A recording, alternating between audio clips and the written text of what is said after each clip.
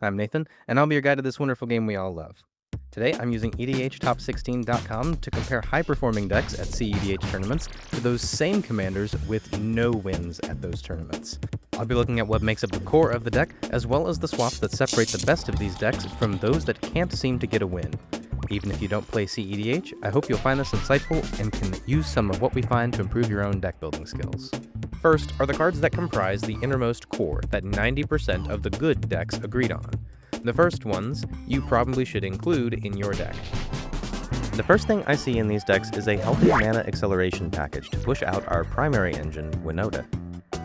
Before that though, we're also running these cards so that we're able to attack when Winota does come down.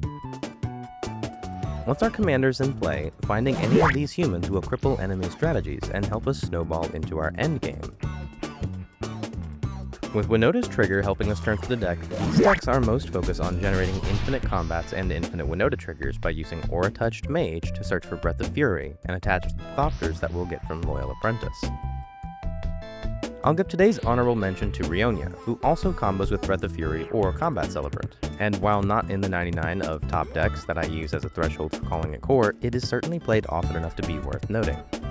With those extra combats, Winota decks play these cards to increase the power of those attacks significantly.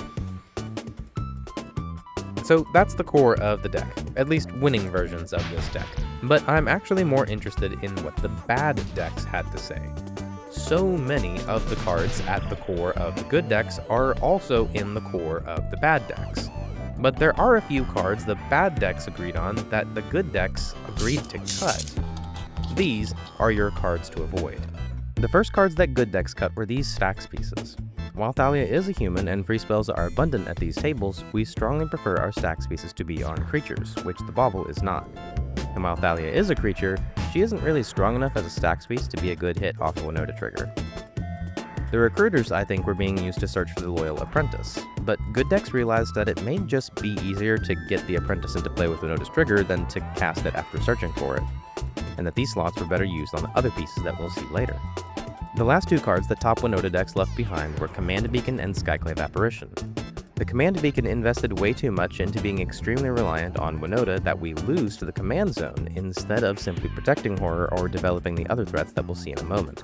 And while Skyclave Apparition has a strong breadth of targets in competitive environments, it's just so much more effective to be applying stronger stacks effects and mashing the gap on our other threats than it is to be removing a threat that's already been deployed. What I'm next interested in are the cards that the good decks agreed on, but the bad decks missed. The hypothesis that winning decks wanted to play a more aggressive game is supported by the number of cards in this list, like Lightning and Alexios, that are meant to keep the pressure on enemy life totals.